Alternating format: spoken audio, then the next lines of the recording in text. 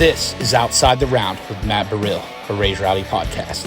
Yeah, and my man, George Birge, I believe we've met like once or twice. Last time we were together was the Blue Water Golf Tournament. That's right. And how'd you hit him that day? I hit him pretty good, man. Golf used to be like my addiction. I was out every day I could be.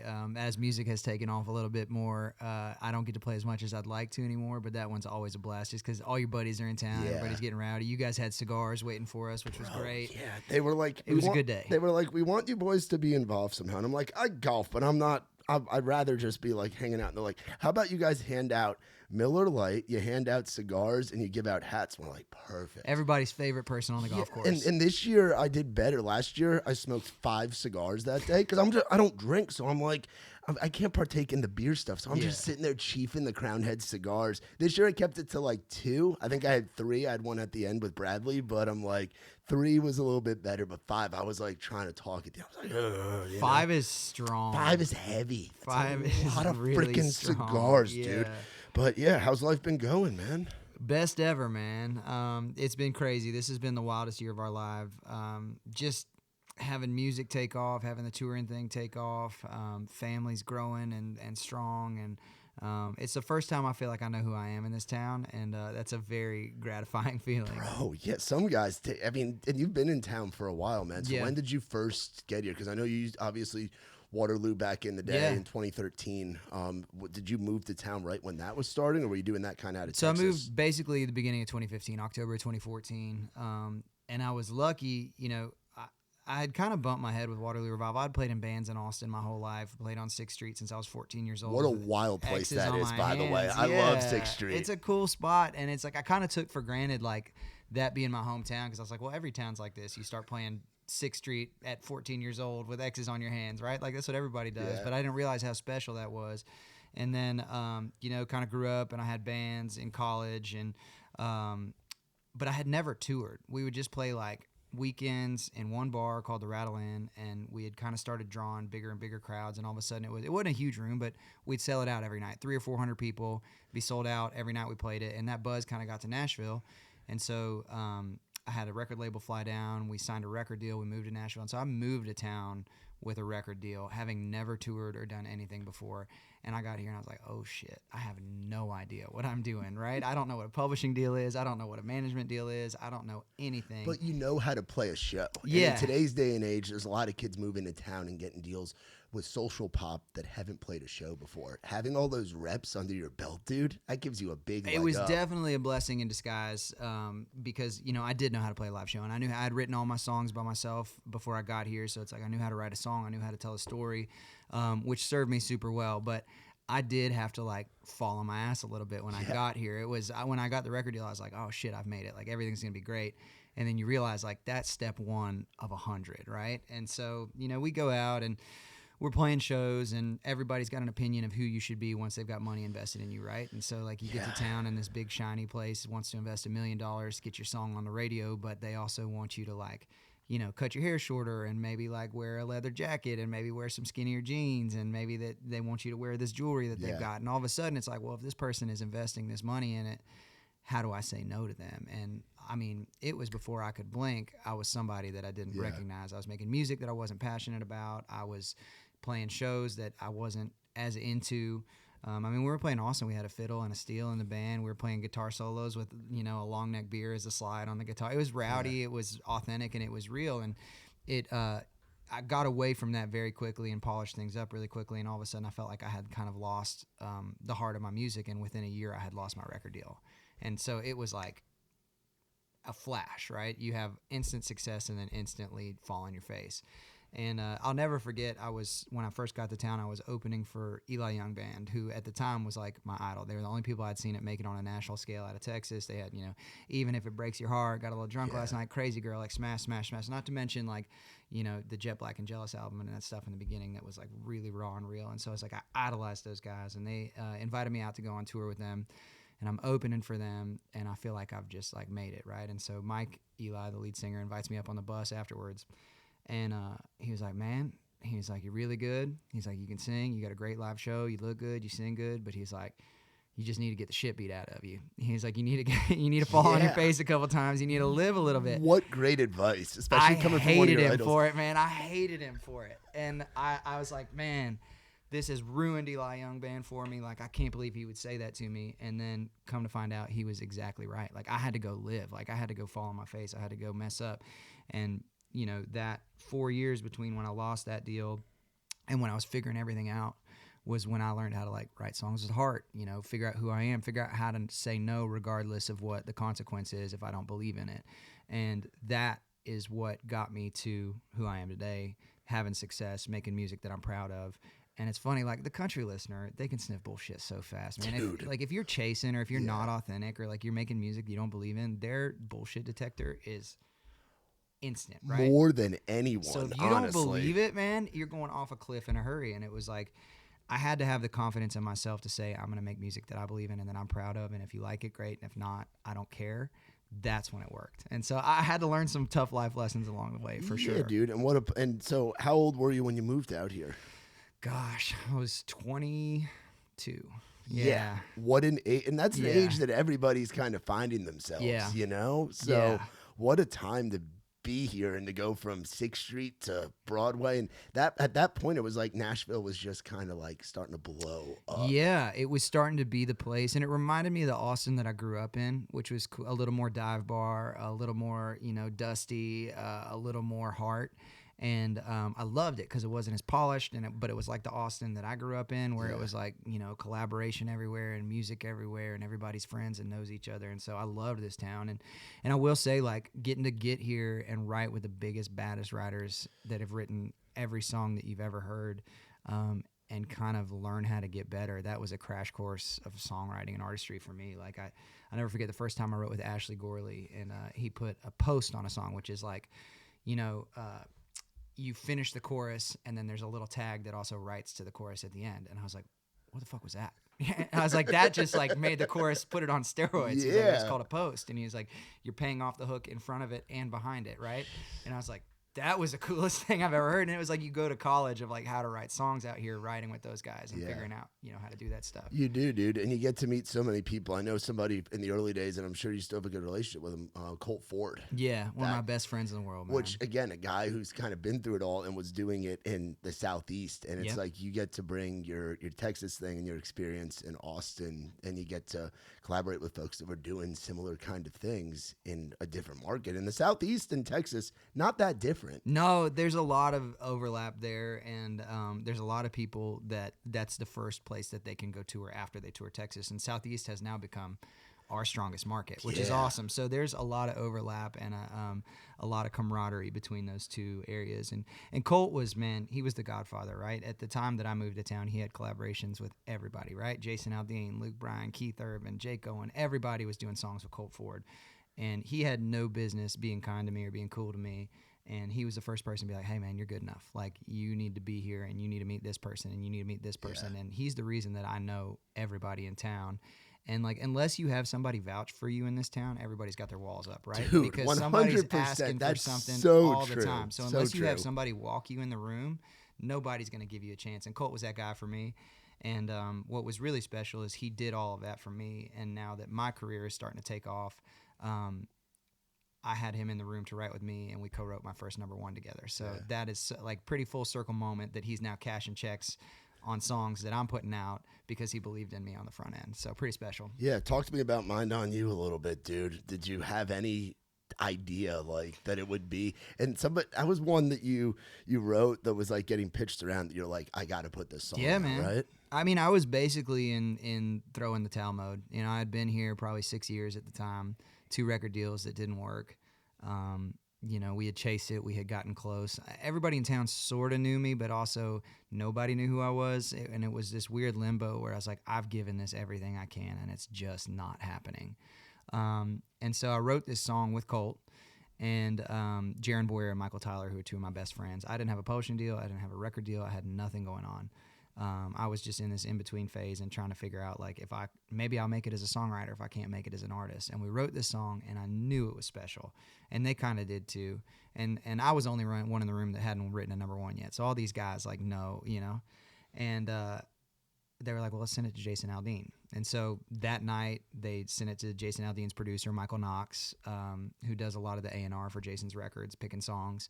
And we get an email back with half a broken bow on it the next day, just being like, don't play this song for anybody else. Like, Jason wants it on his new record. And like, pretty matter of fact for those guys, but for me, I'm like, let's go. Yeah. Like, this is the break I needed. Like, this is God telling me, like, this is my direction. I'm going to be a songwriter. Like, this is it. And Jason's fresh off of Entertainer of the Year. I've idolized him in the music that he's made. I think this is like my path. Well, fast forward 6 months, I'm like starting to tease a little bit of my own music on social media, and I have some stuff blow up, and I had kind of teased my version of this song, and it goes crazy, right? And all of a sudden I'm getting calls from every record label, like, let's go to lunch. Like, what are you doing? Like, are you interested in doing an artist thing? Yeah. And I end up signing with Records Nashville, which is where I'm at today and have had my success with. And I'm on the phone with Barry Weiss, who's an industry legend and the head of this label. OG, dude. Yeah. I mean, broken every artist you can imagine. And Barry's basically like, hey, man, we can't wait to work with you. And he's a New York guy, so he's talking fast. And Hell straight yeah. to the point, Speaking right? my language, yeah, baby. exactly. Let's go. So he's like, we can't wait to work with you. You know, I've listened to all the music. It's going to be great. But you need to call Jason Aldean and ask for that song back because it's going to change your life and it's going to be your first single. And I'm like, what? You know, like, I was thinking I need this song just to pay my bills and keep the lights on, right? Like, I haven't had any success at this point. And so I prayed on it. I talked to my wife about it, you know, and I ended up betting on myself because I was like, you know, the stars have aligned this far. Like, what's one more roll of the dice? And so I called Michael Knox, asked for the song back, and he called Jason, and both of those guys were just so cool to me. They could have easily, and this story has gone the opposite way a lot of times in this town, they could easily have told me to screw off and, like, you can't have the song back. But they knew the opportunity that I had, they knew what it meant to me, and they gave me the song back and wished me luck, which was so cool of those guys, man. Yeah. There's a million stories of that going the opposite way at this town. And so in the world's dumbest move, I took a song away from Jason Aldean and put it out as my first single on a startup record label. And it worked. It worked. I bet on myself. I got to go play it on some morning radio shows, and it started catching, you know, it was the song that I thought it was, which is such a gratifying feeling as an artist. Because you have instincts, right? Of like, you believe in a song or you feel like it's something, but you never know until you put it out in the wild. And when you put it out in the wild and it is what you think it is, that is the most empowering feeling in the world. And so it just started catching like wildfire, and we put it out as a single. It was the most added song in America at country radio. It's a big deal. Brand new artist, startup record label. We have a 2-person team at the time. We're all kind of looking at each other like, what the hell is going on? Yeah. We got to hire more people. Like, we got to go.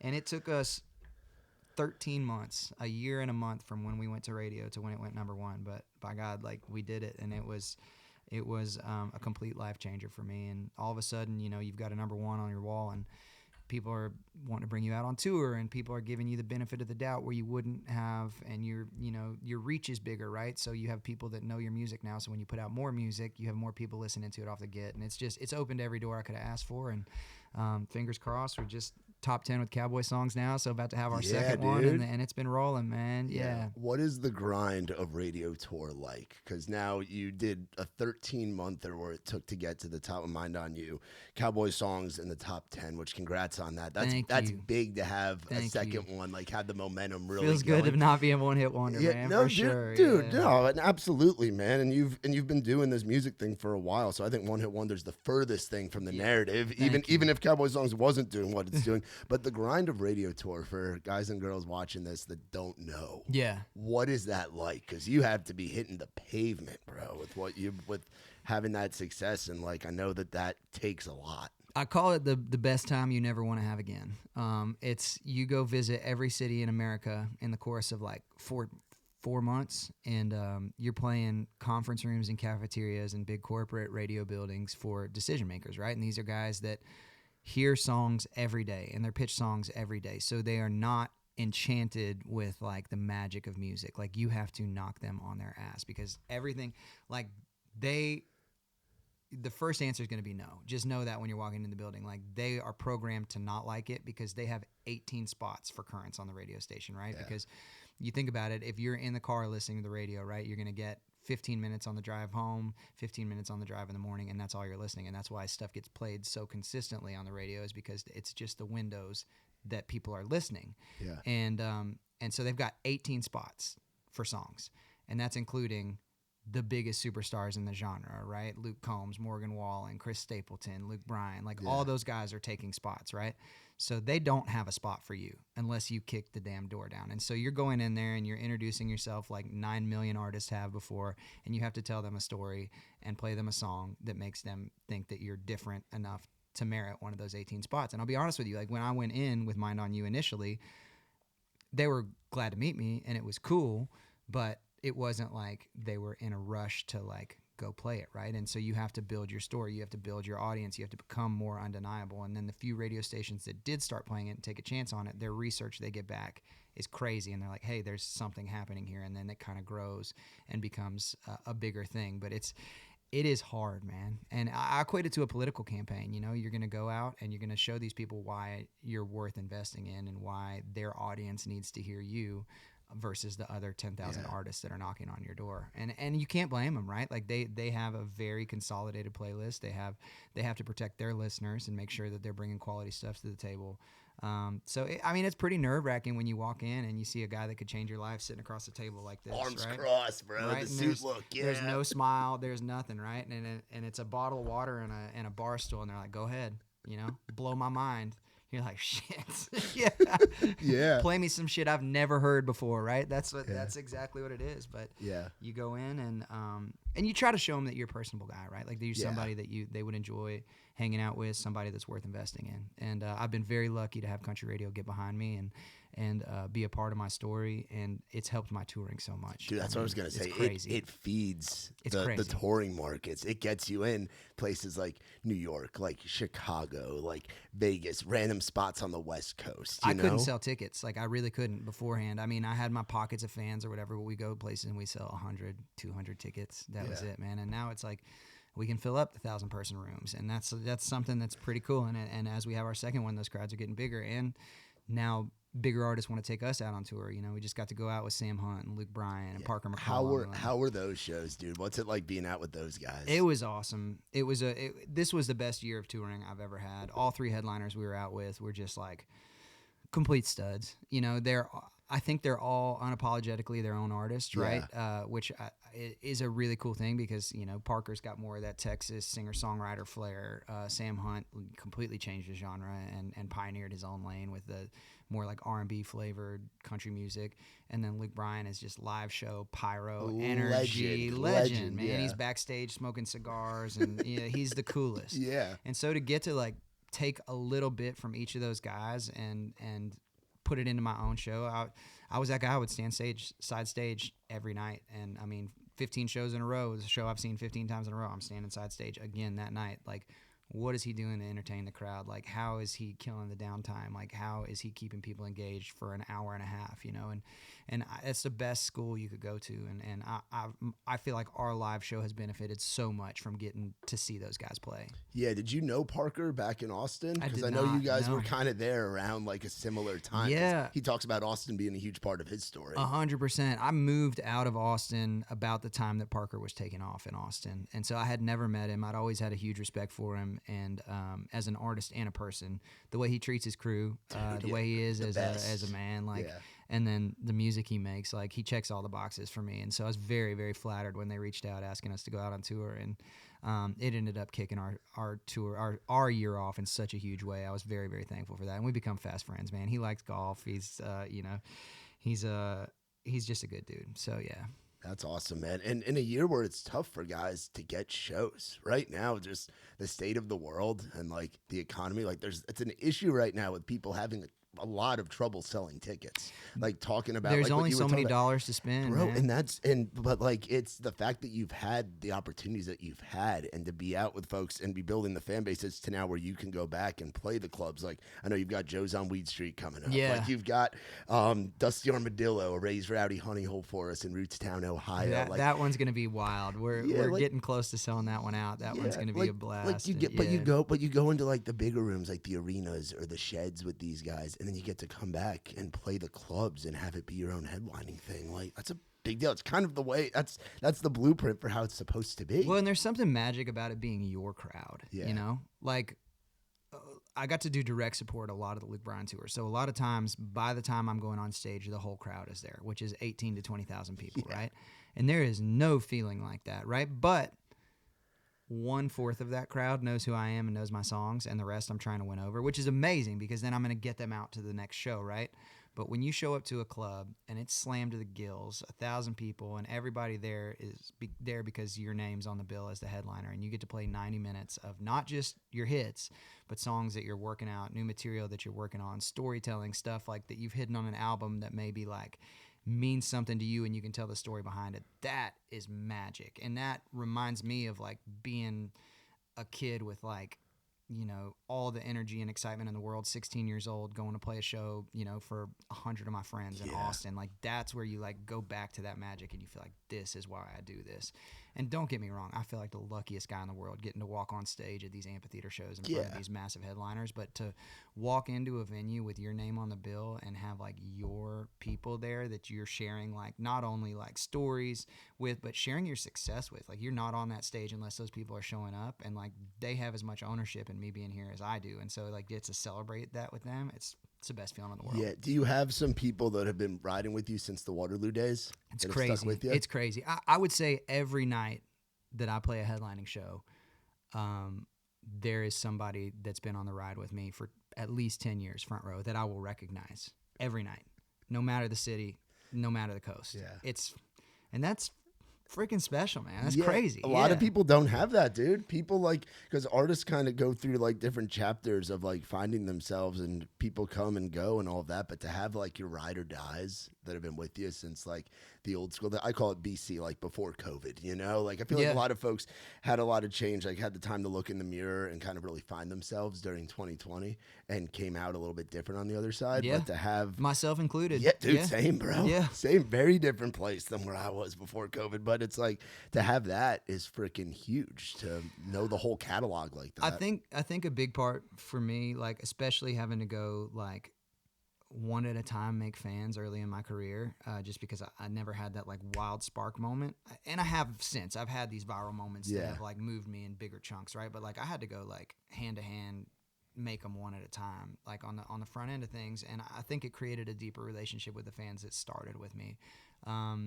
I mean, really, until I even did it on the Parker tour, and I had to kind of stop halfway through because it got a little bit out of hand.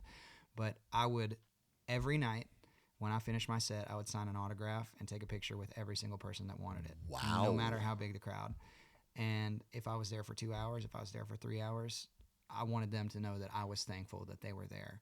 And that changed my relationship with fans, because then I got to start hearing stories about like, this is what this song meant to me, and this is how I interpreted it and put it into my own life, even though maybe the way I wrote that song was a different perspective for me. Like seeing people, how they digest music, what draws them to music, and what live music does to like heal people and help people get through stuff, like that created this bond with me and my fans that like I feel like is so strong now, and the reason that I have so many people that I can count on to like show up and help do this. And it's gotten a little bit hard when we were playing the end of the Parker tour. It had gotten so big where I felt like I was being a distraction and I needed to stop doing that. But it was the best thing I ever did, was, you know, standing at that merch booth table or standing side stage and just signing autographs, taking pictures, and hearing stories. Yeah, dude. It's, again, people resonate with the authenticity and getting to know you, and they're not just fans of your music, they're fans of you. And I feel like country artists have that, like, or country fans become like that cult following.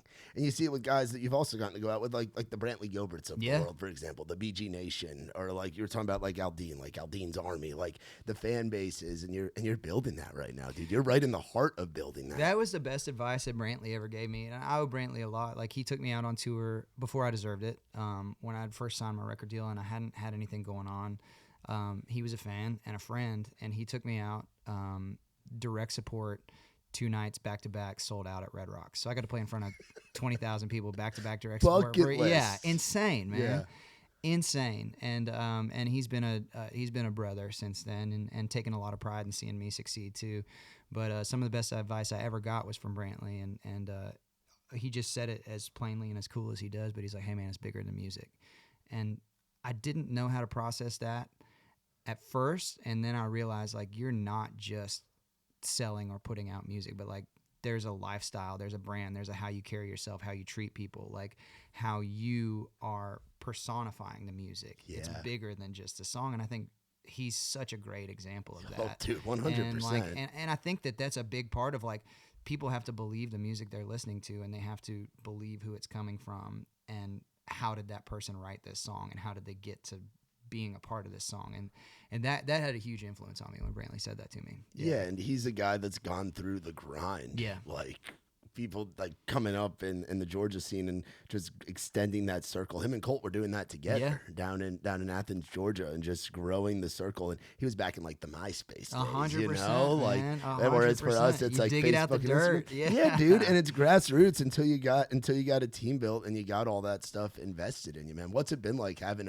from where you were to where you're at now to have a great team around you, from the management side to the booking side to a label that's pushing your shit? It's just so wild to have champions. Like I'm so used to doing everything myself, and I mean, even out on tour, right? Like I've gotten to hire a crew now, and I've got more people, and I've got like a social media guy out full time and stuff. And it's like I'll still catch myself like pulling T-shirts out of boxes, and you know, my tour manager will be like, "Hey, man, this is what you pay me for. Like, put it down." Yeah, right? Like, dude. But it's been I've been so hardwired from doing that. It's just so nice to be able to like focus exclusively on making music and being creative and the bigger picture vision stuff, and have people being like champions for me, around me, and believing in it. And I took a bet. I signed with one of my best friends as my manager. It was a startup management company for him. Shout out Rich Management. Rich Management, Brandon Rich. But he is the hungriest, smartest guy that I've known. He gets shit done. Yeah. Because again, we meet all different folks. That crew, you've got some freaking dogs going to bat for you, dog. We talk about it, man. It's like a lot of these heritage places or places that have been around forever, like they're not going to starve if you don't make it. But somebody that is going to starve if you don't make it, how hard are they going to work, right? Like somebody that is going to go hungry if it doesn't work, they're going to be making outbound phone calls, right? It's not just inbound phone calls. They're hustling. They're going to find it. They're turning over rocks. And like that is the mentality. Like if you don't want to be better every day, like if you're not running the tape back every night and saying, where could we improve this? Like if you're not thinking about where are we going to be next year, in 5 years, in 10 years, like we don't want it. Like you got to be fucking hungry, man. Dude, and that's like that's what our team is. Did you play sports growing up? Because you sound like an athlete right now. You get me hyped up. I'm ready to run out the tunnel and go hit somebody on the football field right now, dude. That's it, man. What'd you play growing up? I played everything. I played football, basketball, baseball, and then I played golf in college at University of Texas. So okay, so you're a horns guy. Yeah, man. Yeah. Hell yeah, dude. But I played I love sports, love music, I love the team, and that's it, man. It's like we were talking about like digging it out of the dirt and being hungry and hustling, and that's I think it's very easy to, especially once you've gotten a record deal and once you have a team around you, to like feel entitled, like this town owes you something, and this town doesn't owe you shit. Nothing. Yeah, and nobody does, right? So like if you don't want it worse than everybody else, you might as well not be here. And I've fallen on my face so many times, and I've had the door slammed on my face so many times, but I think that's the reason that 10 years later, like I'm still standing. And I've come out and I've had some hits, and I haven't gotten to where I want to be yet, but I'm getting closer every day. And I think it's that mentality that is the reason that I'm not, wearing khakis and a collared shirt. Right? Dude, there's so many other things that you could be doing. That's something Nikki T and I talk about, even like with Raised Rowdy. It's like I get texts from my boys back in New York that are like, have these great like financial like FIDI financial for like stock market jobs, and they're like, bro, we'd be paying to do what you and your buddy are doing. Like you're getting to do this music stuff and it's fun and it's a grind, but like also I gotta ask you, how good is Texas this year? Are you feeling like do you follow Texas football? I think that we have a national championship on the way, man. I think we are playing just next level football right now, and I think that Sark has built a culture down in Austin where they expect to win, and it's like nobody believes it if you don't believe in yourself, and like those boys believe it, right? And you can just feel that energy oozing around them, and I think it's so cool. You've got the Ewers and Manning dynamic down there, and I think it's so cool how they support each other, and the team has rallied around both of them, and it's Ewers' team, but they know that the dynasty's going to arch afterwards, and I think the way that has all kind of like built itself around, dude, every position we have just monsters, and we've got a coach that believes it, so It's been Texas is due, man. Texas is due, and it's made it really exciting to watch football on the weekends these days. It reminds me of the Vince Young to Colt McCoy. Oh yeah, it reminds me of that like around like that 2 decades ago, like that Rose Bowl era of like where it was passed from Vince down to Colt, and you had that, and for the first year in the SEC to be going as well as it is, and it's for unreal to be able because everybody's like, "Welcome to the SEC, dude, get ready, you're gonna get tore up, come get it." So many freaking Georgia fans, bro, they drive you nuts, and they're some of my best friends, but boy, do I love ragging on them, man. So that'll be a big game this weekend too. Georgia Horns is going to be crazy this weekend. Yeah. But I mean, I was in high school the last time the Horns won a national championship with Vince Young, so it'd be cool. It'd be cool to pull something off this year. But we got a lot of games we got to get through first. But I feel like we're going to make a run at it. You gotta get through Vanderbilt, bro. Who would have thought that Vanderbilt would be scary on the schedule? I went to their first game this year because I grew up a big Virginia Tech fan. So I was like, cool, the Hokies are coming to town. And it was like an 80-20 split of like, which most Vanderbilt games are. I'm sure it's going to change now that they're having success, but it's usually mostly the visitor fans in there to like. Coming in to see it. Yeah, it's like take a Nashville trip and go. go. Maroon and orange everywhere that first week. And then the game went to overtime and Vandy ended up winning. And I said to my buddy Ike, I'm like, what if they pull off some crazy stuff this year? Did I think they were going to beat Bama the way they did? No, but they're sitting 4-2, bro. It's insane. They're looking good. It's insane. Yeah, so we're gonna go see that game. Hell yeah. I got 2 little boys, and this will be their first Longhorns game. So we're gonna go see Vandy, Texas, here in Nashville, which would be awesome. Yeah. How old are your little ones? 5 and 7, man. Yeah, 2 little lefties. They come play golf with me. They barbecue with me. They go fishing with me. They're just my little clones, man. It's the best. How cool is it to be having the year that you're having while also getting to be a dad and have a great wife to share it with, have little boys that get to watch daddy do his thing, you know? It's the most gratifying part for me because they've been, the boys are probably too young to understand like our leaner days, like when it was scary and when I probably should not have been playing music, when I should have been getting a job and my wife was betting on me and we were making ends meet the best we could.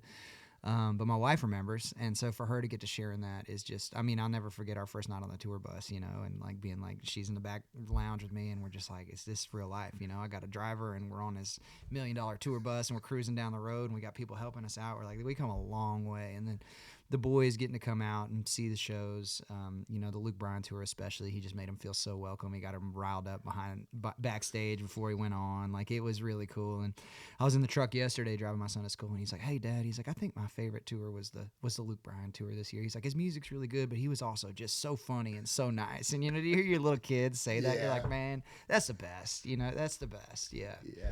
It's pretty cool. Yeah, because it's like if you were it's like to have that dynamic of getting to be a family man and getting to enjoy the success. It's like, again, it's the plan. It's everything works out for a reason, and you might be handling the success differently if it happened when you were 22 when you first moved here. I think about that a lot, actually. I think that God gives you success when you're ready to handle it, and I think that 22-year-old me wasn't ready for it, and I didn't know who I was, and I didn't know what I want to say. And I mean, even if I would have had success then, I'd be to this day having success making music that I didn't believe in or wasn't proud of.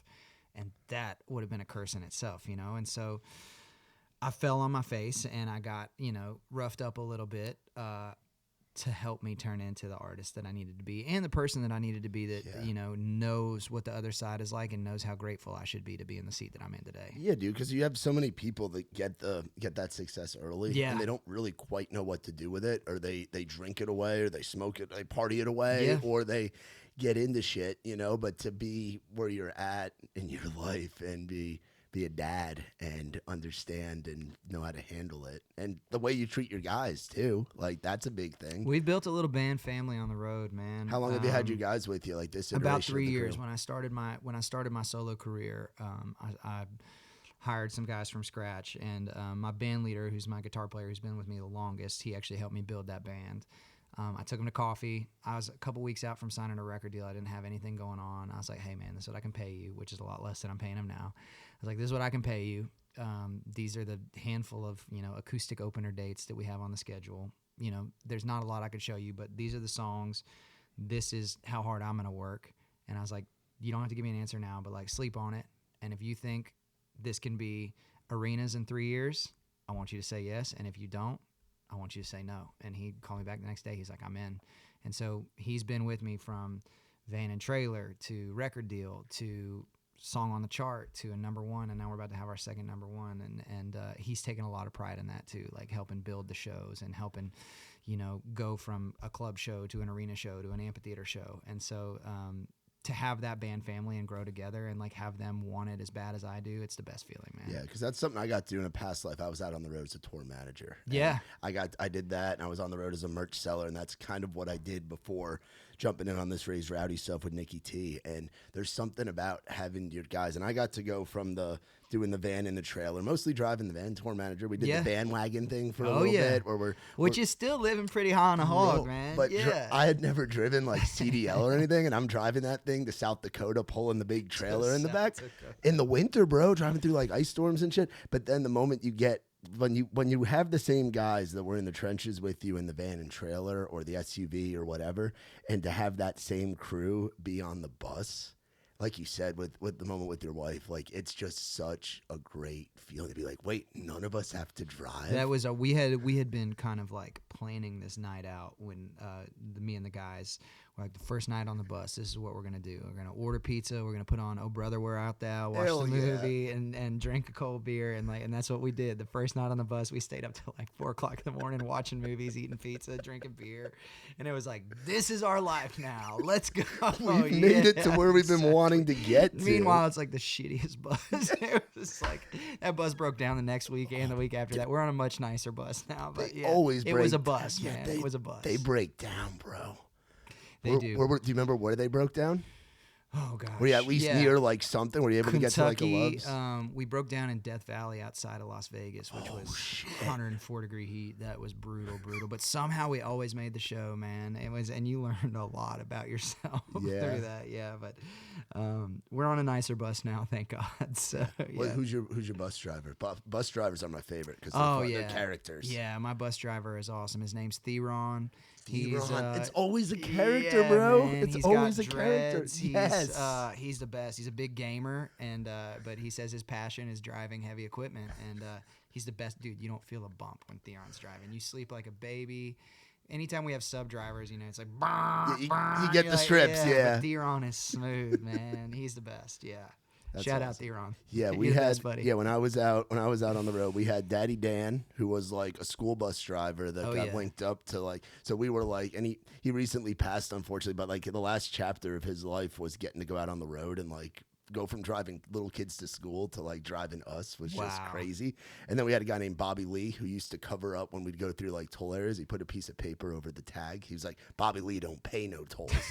Talking about himself in the third person. We had a guy named he was like a preacher. His name was Greg, and he was like very like, it was a certain kind of way. He drove Trump's Pastor Locke or whatever. Oh, yeah. Interesting guy. And then we had another guy named Cookie, and Cookie was freaking nuts. Well, they're all personalities, man. That's what I love, though. They become part of the family. But once you find a good one, you got to stick to them, because there's crazy ones out there. Yeah, and that's what that's who Daddy Dan was, and it sounds like Theon's that guy for you, dude. He's that guy, man. He's that guy. So we're very thankful to have a good driver, because we kissed a couple frogs on the way to getting a good one, man. You do. That's part of it, man. Yeah. That's part of it. You hit that rumble strip, you fall out of your bunk. Everybody's fallen out of a bunk at least once. I'll never forget my first bus experience was not my own bus. I was writing songs at the time. This is around the time that I wrote Mind on You. And Clay Walker, this is during COVID. Clay Walker hollers at me and he's like, hey man, I want you to come to Texas and help me write on this new record. And I'm very thankful. He singled 2 songs that I wrote for him. They're both top 40s country radio. Like, pretty cool to have somebody believe in you. But Clay was like, hey, COVID's going crazy right now. I don't really want you to fly and be around all that. He was like, I'm just going to send the bus to pick you up. I'm like, oh, hell yeah, man. We come on Clay Walker's bus. It's going to be a $3 million bus. It's going to be, marble and granite and everything. And he sent his, like, original band bus from 1990 to pick me up. Oh, the stories that You're bus talking could like tell. shag carpets, a VCR, like duct tape couch. And I'm like, oh, my God, right? And then the bus driver's like, yeah, I'm not actually a bus driver. My son is a bus driver, but, I'm just filling in. And I'm like, man. Anyway, so, like, we get in the bus, and, like, the main rule for a bus driver, right, is, like, don't eat a big meal before you drive all night because you can fall asleep, right? And so that's, like, kind of their big payoff at the end. You drive 8 hours all night, and then you have a big meal, and you go to sleep. And this guy, I mean, he's a little bit overweight. He's probably like late 70s, right? Ooh. And this is when the Popeyes spicy chicken sandwiches are all the rage, right? Yeah. And, so he pulls into like a joint gas station. We're not on the road for 30 minutes, right? It's probably 12:30 at night. And he pulls into a joint gas station Popeyes. He gets 2 spicy chicken sandwiches and 2 5-hour energies and just drills all 4 of them, right? And I'm like, this guy's either gonna have a heart attack or fall asleep at the wheel. Like, I don't know if the chicken sandwiches or the 10 hours of energy he just What's gonna win? Yeah. So, I mean, we get a couple hours down the road and it's just brr, brr, and I'm like, man, I was like, I gotta go up there, right? So it's probably 4:00 in the morning at this point. And I go sit shotgun, and I'm like, I'm just gonna like try to keep this guy like between the lines. So I'm sitting shotgun, and he's driving.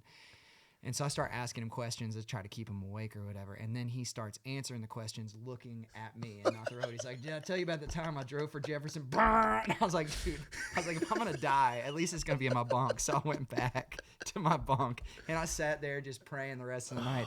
He blew out the whole right side of tires about 2 hours later. Oh, and we ended up getting him fixed. But I got there, and I was like, Clay, never again. I was like, I'm flying every other time we come down. That's awesome. That's awesome. So a good bus driver is a must. Yeah, man. those jump seat conversations are great though. I was like, I thought I was gonna do something going up there to keep him awake. And about 5 minutes into that conversation, I was like, I'm for sure dying if I go through the windshield. I'm From making- my bunk, I might make it. I might have a shot. Yeah, I'm making it worse being up there. That's wild, dude. You have some big. So this year you've gotten to obviously go out you've got the headlining stuff closing out the year. I saw a lot of radio shows like the guitar pull things, which again are great. That's part of like the radio tour thing. But then getting into markets, and then you'll go back and tour them and all that. Stagecoach next year, bro. Yeah, man, crazy. That's like the festival, right? That's the Coachella of country music, dog. It's crazy. So we're going to get a really cool spot in there. We're headlining the Bud Light stage, which is like indoor air conditioning. It's slammed to the gills. That's going to be crazy. Main stage is cool. Indoor air conditioned. Headlining that stage. That's like, a it's good going to one. be That's a good crazy, one. man. So that'll be slammed to the gills. And I mean, just to get to do that. And I'm sponsored by Traeger. My Traeger guys are coming out there. They're going to have a rental house. yeah. We're going to have, barbecue rolling out there, bring a little Texas out to California. Hell yeah. It'll be crazy. Nelly's going to be out there. So I did a song with Nelly a couple years ago. We'll have to see what happens there. But, dude, it'll be really cool to just be, have the whole fam out there and get that Stagecoach look. Hell yeah. And then Dylan Scott next year too, right? Dylan's become a fast friend, man. And I think he's just like, he's been a sleeper superstar. He's just had hit after hit after hit, and his socials have gone crazy, and he's got such a core following. He's done exactly what I'm trying to do, like build it from the ground and build something massive. And now he's just got this rabid fan base, and he's selling crazy tickets, and he's having success with everything he puts out. And so I was super honored for him to ask me to come out on tour for him. And then we're going to have Graham Barham opening up in front of us. I love that kid, dude. To have Graham and then us and then Dylan, I think it's going to be a stacked ticket. I think those rooms are going to be to the brim, and it'll be a great way to kick off the year. Yeah, talking about like guys like Graham. Now you've been in town for a while, coming up on 10 years. What's it like now being like you? They say it's like a 10-year town. It is, like man. You're like being considered like borderline like OG now. You've been here, you've had those moments. Now getting to be around like some of the younger cats that are coming up. It's cool, man. It's especially with guys like that I like a lot. It's I've fallen in every bear trap you can possibly, from bad deals to bad decisions to bad music. Like, I've done everything wrong you can do and barely made it, still standing on the other side. And so I try to help those guys out as much as I can. And it's not from a preachy way or anything, but like, hey, this is what I wish I didn't do. Yeah. And a lot of these guys are, so much smarter and more polished than I was when I got to town, and I don't need any of my help, but I love to be a resource where I can. And I've had a lot of these guys call me and ask for advice, and more than anything, it's like being able to introduce these guys to people, like songwriters that could change their lives. Do what Colt Ford did for you. Exactly, man. Colt did that for me, and I feel like it's important that I do that for the next generation. And so if I feel like there's a connection that I can make that can help them grow in their career, I'm obviously going to do my best to make that happen. Yeah, dude. No, that to me is one of the best parts about this town and about this country music community. Is a lot of it is bringing the next guy up, bringing the next girl 100%. up. So much of it is that. 100%. Because you don't make it without it, right? Unless somebody taps you on the shoulder and says you're good enough to be here, like it doesn't happen. Yeah. That's awesome, man. So what do you like doing when you're not doing the music thing? You're a dad. You said barbecue, Texas football. That's it, man. Golf, football, barbecue. I like being on the lake. I just like being outside. I take my boys fishing a lot. We got a little creek behind the house. We'll throw boots on and go wading in there, catch crawfish, throw a lure, let the dogs run a little bit. I've always got something rolling on the smoker. So what's like the go-to if you were like competing in like a barbecue? I'd put my brisket up against anybody. Okay. Yeah, being a Texas guy, man, and I've been cooking brisket since I was a kid, and so I put my brisket up against anybody for sure. It's hard to find the time to make it anymore, but that one's a lot of fun, especially on a game day. Have it rolling, get up early, stay up late. I got a little fire pit in the backyard. I love to have that thing going, and then golf is it, man. I love playing golf with my buddies. I mean, really, golf's an excuse to be outside for 5 hours drinking with your friends, right? And then you hit a couple balls in between. But yeah, it's the best networking tool, dude. It's really a lot of fun. Whether you're having, it's like fishing and golf, and I guess hunting too. Like a bad day doing that is better than a good day at work. The best, people always say that. And you get to be around people that you wouldn't otherwise get to be around for that long.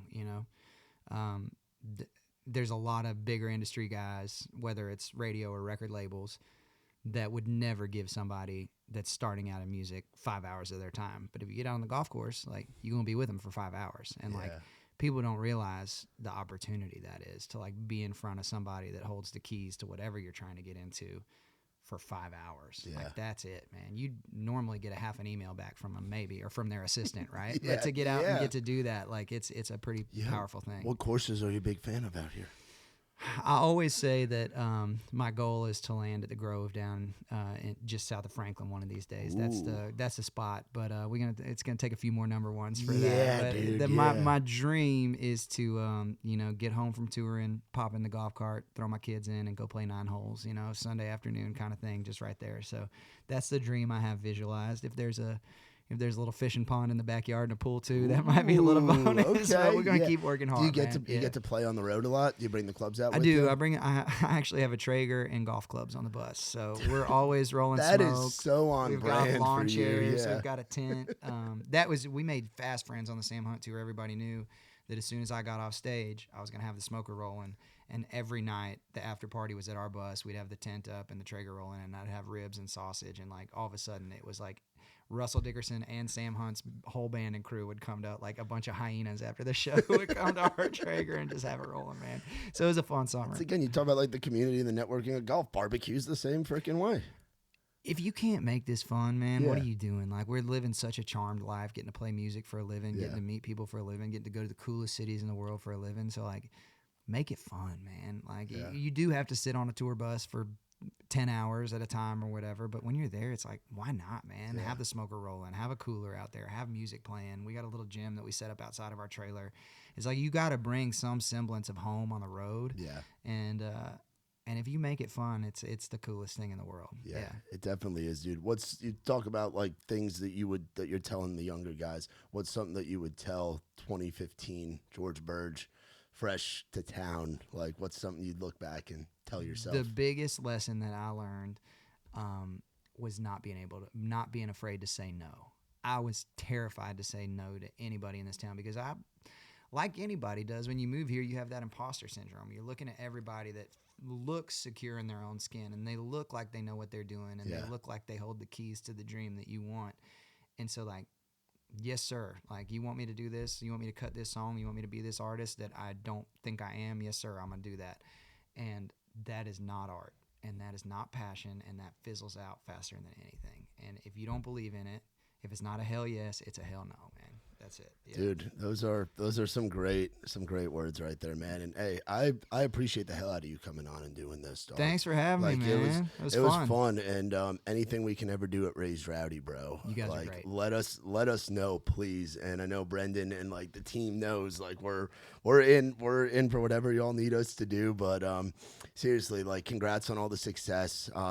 Cowboy songs, bro, like, it's awesome to see that. Thank you. What are you, 2024, the year of George Birge, and it's like, coming off of that, what 2025 is going to be like, bro? It's crazy.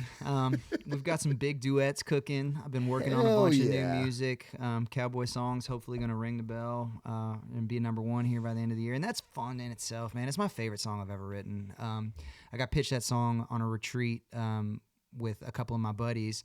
The title, I got pitched the title, and I initially kind of was like, man, I don't get that. Like, she only dances to cowboy songs. What does that mean? And then, like, 10 seconds after I said that, just like a wave of vision hit me, like downtown Austin, like chasing my wife at a bar, like smoke, friends, music, and then like all the cowboy songs that I grew up in on you know, like Straight Tequila Night, K13 is her favorite song. She only dances a cowboy song. You know, like there was that Kenny Chesney, El Cerrito place, I've been looking for you, baby, turned into, you know, I don't come here much, but she loves this place. Like I'm trying to find her, right? Like that's, so all of a sudden I had this like vision of what it is.